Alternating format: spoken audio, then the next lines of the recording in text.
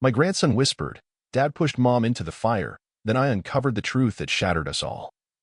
You know how people always say the quiet moments are the ones that haunt you? I didn't believe that until the afternoon my grandson smiled, ate a slice of lemon cake, and then told me his mother had disappeared. Let me back up. My name is Helen Whitaker. I'm 68 years old.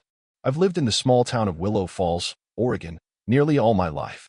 I spent 37 years teaching high school English, buried 2 cats, outlived my husband, and raised 1 son, Daniel. Daniel was my pride and pain all wrapped in one tall, quiet, tightly wound man. He wasn't cruel, but he was sharp in a way that could cut you when you weren't paying attention. Grew up reserved, high-achieving, and absolutely unshakable, or so I thought. When he met Lena, things softened in him, at least for a while. Lena was one of those women who always made you feel like you were the only person in the room. She had this warmth, the kind that came through in her hands. She touched people when she spoke to them, never in a forced way, just present. They got married 8 years ago, had Eli 2 years after. And for a while, I thought maybe we'd gotten lucky. A happy little family. A grandchild who giggled in my lap and wiped frosting on my sweaters. A son who smiled more than he scowled. But then the distance started. Lena stopped coming to Sunday dinners. Daniel said she was tired, or volunteering, or working late, though she'd given up her job to raise Eli. Eli started showing up without a jacket. I found bruises once, nothing alarming, just kid stuff. Or at least that's what Daniel told me. Before we go further, don't forget to like this story, hit subscribe, and tap the bell so you don't miss what happens next. You don't want to believe something's wrong with your own child. You want to believe the cracks are just stress. Stress turns into silence. And silence turns into rot. It all came to a head on Eli's 6th birthday. We planned a small party in my backyard. Just cupcakes, juice boxes, and a rented bouncy house Daniel didn't want to pay for, so I covered it. Lena was supposed to come early to help set up. She didn't show. Daniel arrived late with Eli. No explanation. He claimed Lena had a migraine and was resting. Fine. But Eli was off. Quiet. Clingy. Not the usual burst of giggles and sugar-high chaos. After cake, while the kids were throwing foam darts at each other in the yard, Eli came up to me while I was clearing plates. He tugged on my cardigan sleeve, looked me dead in the eye, and whispered, "Dad pushed Mom into the fire." My heart dropped. What sweetheart? He looked around, then leaned in again. She was crying. He said it was an accident, but she was screaming. My throat closed. I knelt down. What fire? Eli. He looked confused, then started crying. Daniel came over in a flash, scooped him up, and said, "He's overtired. Ignore him, Mom. He's been having nightmares lately." I stood there, frozen. Nightmares? That wasn't a nightmare. That was a confession. Later that night, I called Daniel. He was cold. Snapped that I was stirring things up and needed to stop feeding Eli's imagination. "Where's Lena?" I asked. "She left. She's staying with a friend. Needed a break." She didn't say goodbye. She didn't want to make it harder. For who? You or Eli? He hung up. I called Lena's number. Straight to voicemail. The message was gone. Just a generic tone and a disconnected line. I texted. Emailed. Nothing. I even drove to their house the next day. Daniel wasn't home, but his car was. The curtains were drawn. Eli didn't answer the door.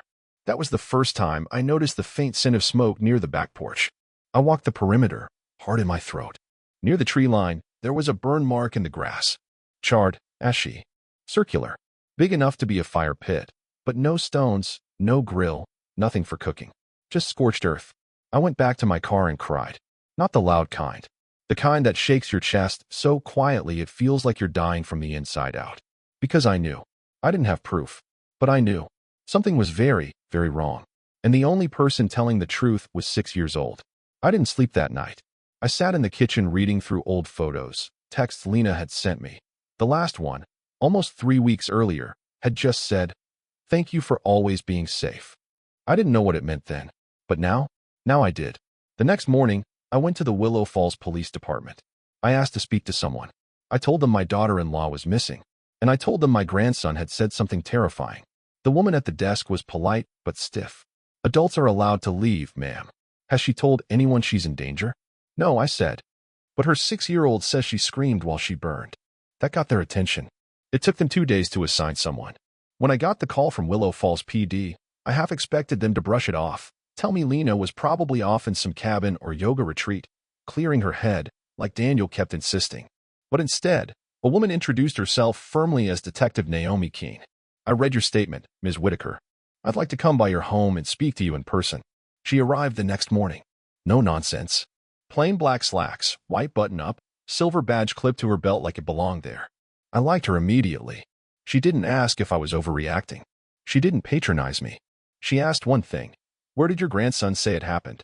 I led her through the backyard. We stepped past the dried balloon strings and scattered confetti still caught in the grass from Eli's birthday. I hadn't cleaned it up. I couldn't bring myself to. It felt like a scene, frozen in time. A reminder of the moment my reality cracked. We walked to the back corner, past the shed, and stopped in front of the scorch patch. Here, I said. It wasn't here 2 weeks ago. And it's not a fire pit. Not officially. Naomi knelt, ran her gloved fingers through the soot. Looks recent. You said this was after Lena vanished? 3 days after, best I can figure. Your son's explanation? Didn't give one. She nodded, pulled out her phone, snapped pictures, measured the area with a small tape measure from her jacket pocket. Then she stood, pulled out a notebook, and said, Tell me about your son. I wanted to lie. I wanted to say Daniel was a good boy once. Kind. Curious. Just misunderstood. But what came out was the truth I'd been trying not to say for 20 years. Daniel never learned how to be soft, and he didn't tolerate it in others. I told her everything I knew, and more importantly, everything I felt. How Lena had been distant, quiet. How Eli's bruises had started showing up. How Daniel always had a reason, a story, a spin. He could turn discipline into virtue, coldness into logic, anger into strategy. He wasn't outwardly violent. He was strategically cruel.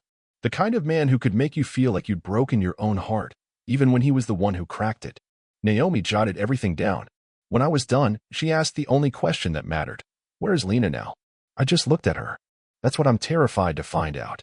That same afternoon, Naomi visited Daniel's house. She told me later that he acted perfectly normal, polite, cooperative. Even offered her a coffee from his French press like he was hosting a dinner party. Said Lena was at a spa in New Mexico. Said she needed distance. Said he respected her space and had no idea when she'd be back. When Naomi asked to speak with Eli, Daniel said he was napping. Naomi pushed. Daniel refused. That set off red flags. She left and came directly back to my place. He's clean. Too clean. Like he's rehearsed it. Like he's afraid if he deviates even once, the whole story will fall apart. Then she asked something I hadn't expected. Can I talk to Eli without his father around? The next time Daniel dropped Eli off, which he did out of habit or strategy, or because he knew I wouldn't refuse my own grandson, Naomi was already at my house. We waited an hour. Then I took Eli out back for juice and coloring. Naomi joined us. She didn't wear her badge. She brought markers and sat cross-legged in the grass. Hi, Eli. My name's Naomi. I help people when they lose something. Can I draw with you? He nodded. Started with a house, then a tree. Then, with a thick red crayon, he drew a circle with a stick figure in the middle, surrounded by lines.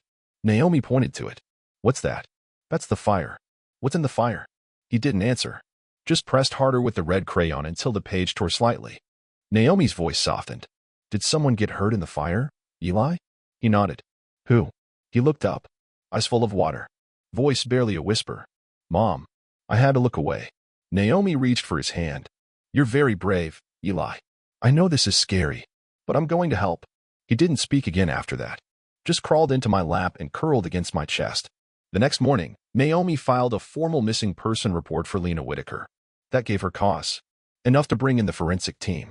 They showed up with dogs, scanners, and something that looked like a metal wand ground-penetrating radar. They combed Daniel's yard, the fire patch, the garden, the crawl space. No body. But under the fire site, they found bone fragments. Too small to be confirmed human without lab work, but enough to raise hell. Daniel didn't wait. By the time police got the warrant to bring him in, he was gone. Car missing. House locked. No forwarding address. No goodbye. Just Eli, asleep at my house, wrapped in a blanket he'd had since he was 2, and a town waking up to the fact that the Whitaker family wasn't what it seemed. I stood in the kitchen with Naomi that night while she held a coffee mug with both hands and whispered, if he ran, he's guilty. I didn't disagree, but guilt didn't explain the timeline. Why wait? Why not make a clean break? Unless the break wasn't clean at all. That night, I couldn't sleep again. I sat in my old rocking chair, staring at the shadows moving across the floor, wondering how far Daniel would go to stay in control. Wondering if Lena had been planning to leave, and he'd made sure she never got the chance. I checked Eli's room just after 2 a.m. He was asleep, but his crayon drawing, the red circle with the stick figure, was lying on the nightstand. And this time, had added a second figure, standing outside the fire, watching. The recipe book was buried under a pile of old photo albums in the guest room closet. The kind of spot where you stash things when you don't want to throw them away, but also can't bear to look at them. Lena had given it to me for Christmas 2 years ago. A floral hardback notebook labeled "From Lena's Kitchen to Yours" in her neat handwriting. She had this way of curating even the smallest gifts, making you feel like every ribbon and corner held a story. I hadn't opened it since the day she disappeared, but I was desperate. I needed to feel close to her, to prove, if only to myself, that she had existed beyond this haunting mess. That she had lived, loved, cooked, hoped. I flipped through pages of handwritten recipes. Lemon basil pasta. Pumpkin spice muffins. A sticky note next to her enchilada casserole. Daniel doesn't like too much cheese, but sneak it in anyway. Worth it. I smiled, then immediately felt the ache. That smile felt like betrayal now. Then, between 2 recipe pages, folded 3 times and tucked into a plastic sleeve, I found the letter. No envelope. Just paper. The edges curled. The ink slightly smudged, like it had been written quickly. Or with tears nearby. If you're reading this, I didn't get to give it to you in person. And that probably means I didn't get away in time. My breath stopped. I sat down on the bed. Slowly unfolded it. My hands were shaking. Helen, I need you to know something before the story gets rewritten by everyone else. Daniel is not who you think he is. Maybe he never was. I kept trying to fix it. Trying to tell myself it would get better. That if I just held out long enough, he'd go back to the man I met. But he's gone. Or maybe he was never there to begin with. He started getting mean last year. Not yelling, not hitting. Just controlling. Everything became a game. A trap. I couldn't say no without being punished. Couldn't cry without being mocked. I stopped recognizing myself. I wanted to leave months ago. But he watches everything. He controls the money. The house. Even Eli's schedule. I started writing things down. Just in case. I kept a second phone hidden in the garage. I saved voice memos. If anything happens to me, check the storage unit on 8th Street. Unit number 117. I paid cash. Most of all, please take care of Eli. He's not safe with Daniel. You've always been his safe space. You're mine too. I'm sorry. I tried. I really did. Lena, I reread it 3 times before I cried. Not the quiet, crumpled kind of crying I'd done before. This time it was sharp, full-bodied, ugly. Because now I knew Lena hadn't just disappeared. She'd planned to escape. She knew she was in danger. She saw what was coming. And Daniel, my son, made sure she never got away. I called Detective Naomi Keene immediately. Told her about the letter. Read it out loud while she sat in silence on the other end of the line. She didn't say much after. Just, we're getting a warrant for that storage unit. And then, good job, Helen. She trusted the right person. By noon the next day, we were standing in front of a rusted metal door in a rundown strip of storage units tucked behind a mechanic's garage on 8th Street. Naomi had 2 officers with her. Bolt cutters. Gloves. Evidence bags. Unit number 117. It creaked open. Dust. The smell of old wood and oil. Inside, a single plastic storage bin. A duffel bag. And a battered laptop. The bin was full of notes. Receipts. Journals.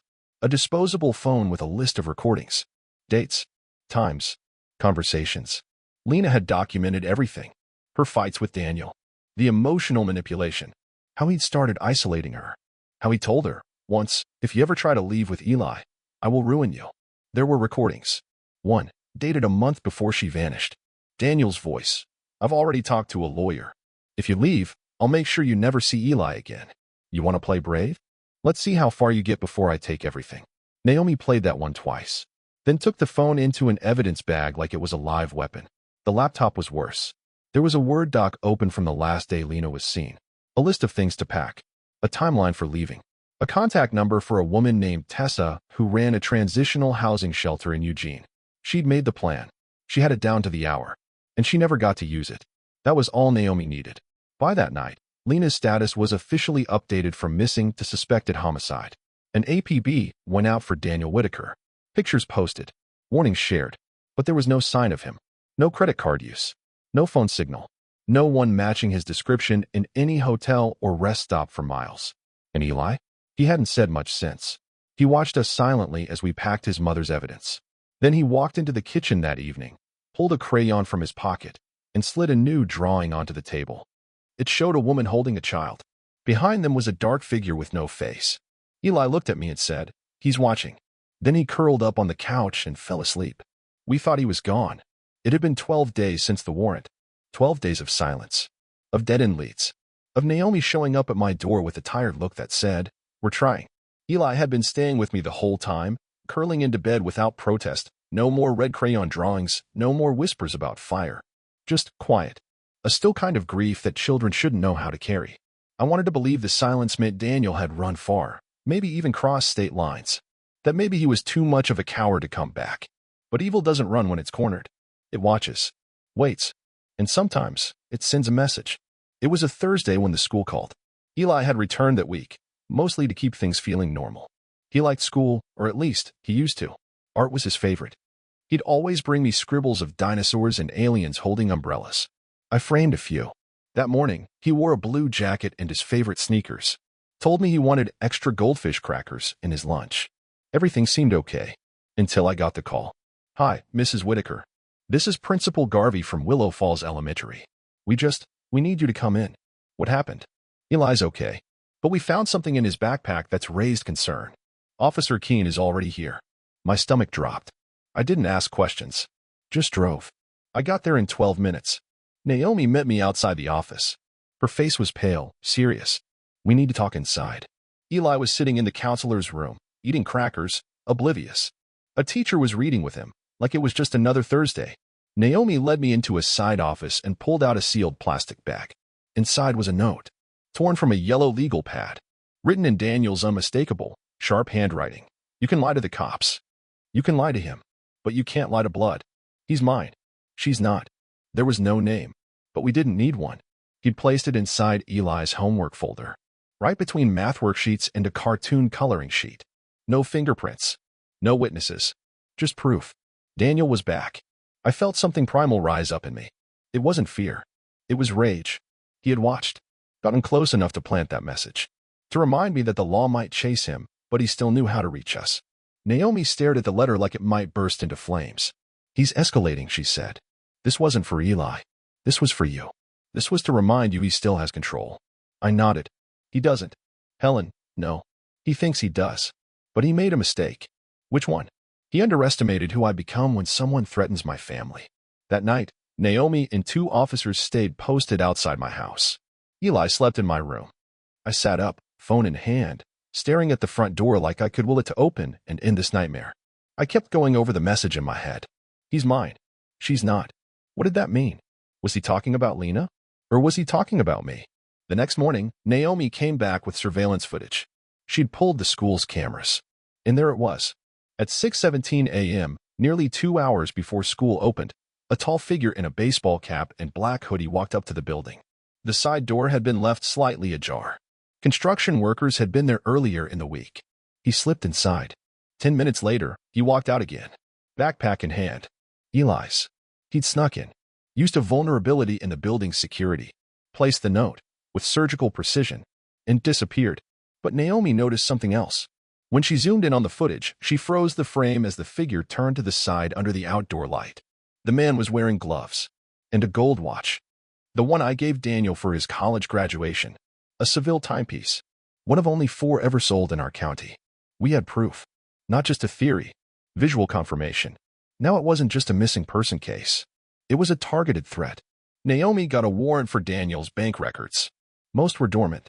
But one checking account, the one he used to pay for utilities at a cabin he owned near the old logging road past Whistler's Gorge, had been active 5 days ago. A gas station charge. $22. That was all she needed. She gathered a team. Search and rescue. 2 patrol cars. K-9 unit. She told me to stay put. I said I wasn't going to. "Helen, I can't let you walk into that. I'm not walking in. I'm staying close." "Why?" "Because he's not going to let you find him. He's going to come to us. And when he does, I want to be the one standing between him and Eli." Naomi looked at me like she wanted to argue, but didn't. That night, Naomi's team found the cabin. Locked. Empty. But inside, photos. Of me. Of Eli. Of Lena. Some recent. Some years old. All taped to the wall like a shrine. All of us, frozen in time under Daniel's gaze. And on the bed? A blanket. The one Lena had sewn for Eli's third birthday. Embroidered in the corner, "To Eli, may you always feel safe." It was stained with something dark. Maybe wine. Maybe blood. They took it into evidence. Back at home, I found Eli sitting in the window again, crayon in hand. He looked at me, then slid another drawing across the table. This time, it wasn't fire. It was a cabin. And next to it, a figure with a gold watch, standing in the trees, watching. It started with a buzz from Naomi's phone. She was sitting at my kitchen table, sipping coffee that had long gone cold, when her phone lit up with a message from the evidence lab. We recovered files from Lena's burner phone. I was holding a folded towel, halfway through laundry, when she said it. I turned slowly. What kind of files? Voice memos. Dozens. And one video. She didn't need to say more. I dropped the towel. We sat side by side as she opened the first recording.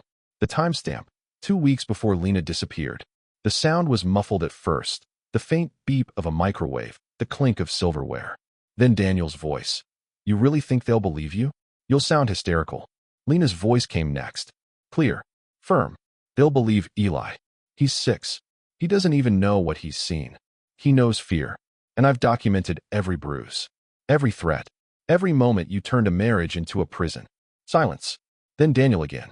"If you leave, I swear to God, Lena, you already broke that promise." A scraping sound. A slam. Then the recording cut out. I was shaking. Naomi was stone still. The next file was even worse. It was recorded the morning she vanished. Lena's voice, hushed, whispering. "If anything happens to me, it's Daniel. He said last night he had a solution. I don't know what he meant, but he watched me pack. He smiled. And then he said, 'This ends one way.'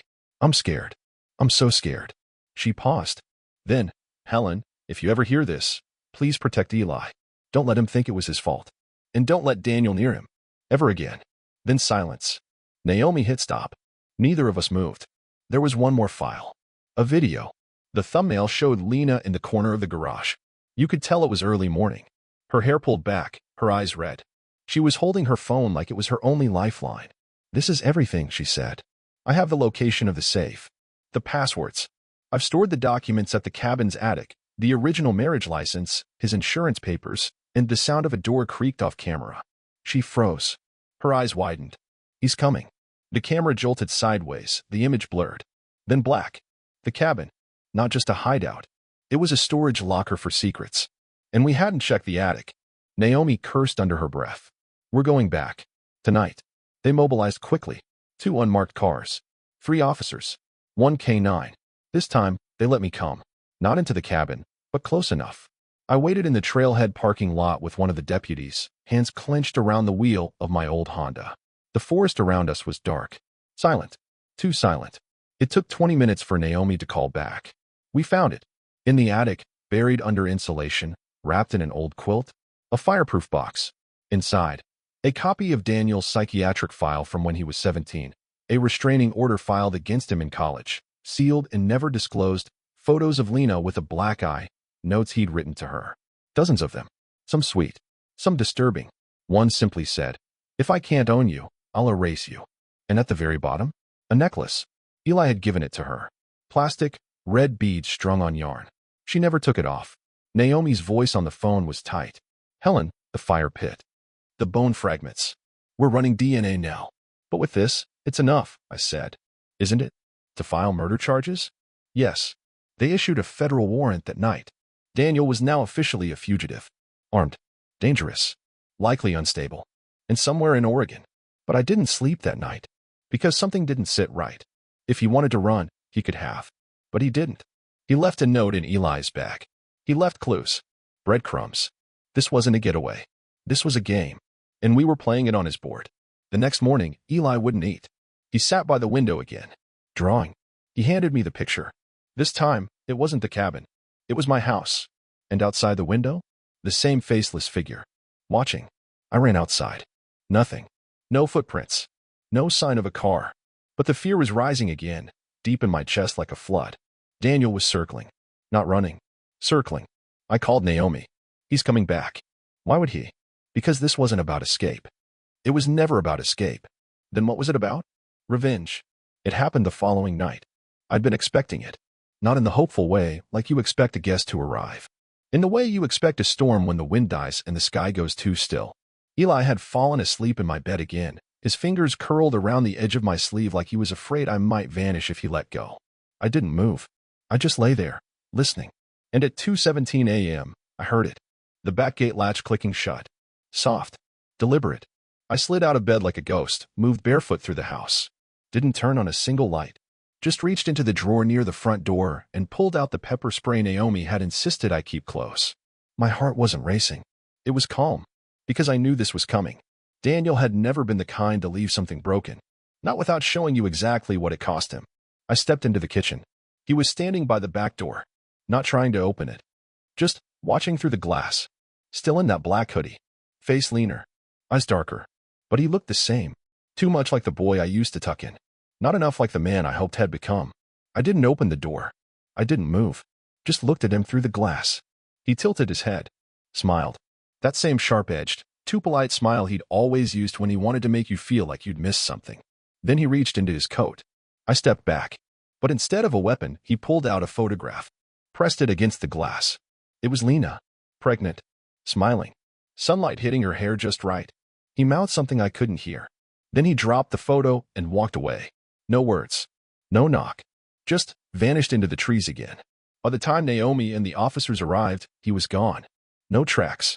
No prints. Just the photograph. I picked it up. On the back, in his handwriting, she was mine. You took her. That was the moment I realized the full depth of his delusion. He didn't just kill Lena. He believed she belonged to him. Like a keepsake. Like something you protect or destroy, depending on who tries to claim it. The next week blurred. FBI got involved. The photo was added to the case file. Eli was moved to a secured safe house. Not because they thought Daniel would hurt him. Because we knew he would. And I went back to teaching part-time. Just to give my days shape again. But I kept Lena's recipe book in my purse. Carried it like a shield. 2 weeks later, they found him. An abandoned rail car on the edge of Ashridge County, tucked in the woods, barely visible from the road. He was asleep when they surrounded him. No struggle. Just a tired smile and the phrase, "Took you long enough." They charged him with first-degree murder, child endangerment, evidence tampering. Fleeing law enforcement, he pleaded not guilty. His lawyer tried to argue emotional duress. Said Lena had threatened to leave him, that she'd taken his child, that he wasn't in his right mind. But the recordings? The note? The photos? The plan? They told another story. A story of control. Of cruelty masquerading as order. Of a man who'd rather kill than be left. At trial, I testified. So did Naomi. So did the school counselor. The lab tech. The forensic investigator. And at the end of it all, the jury took just 6 hours to decide. Guilty. Life without parole. No visitors. Not even me. I visit Lena's memorial every Sunday now. It's not a grave, we never recovered enough remains. It's a bench in Willow Falls Park, near the swings where she used to take Eli. There's a plaque, in memory of Lena Whitaker. Loved fiercely. Lost unfairly. Remembered always. Eli helped me pick the wording. He's 9 now. Still draws. Still curls up close when the wind howls too hard. But he laughs more. He knows he's safe. And he knows, without question, that none of this was his fault. As for me, I no longer carry the weight of Daniel's silence. I no longer wait for the knock, the shadow, the next move. Because the story's been told. And the monster doesn't get to rewrite it this time. I still wake up at 2:17 a.m. some nights. But now, I don't look toward the door. I look at the bed. At Eli's peaceful breathing. At the space Lena used to sit when we drank tea and traded stories. And I whisper, for both of them, he didn't win. If this story touched you, share it with someone who needs to hear it too.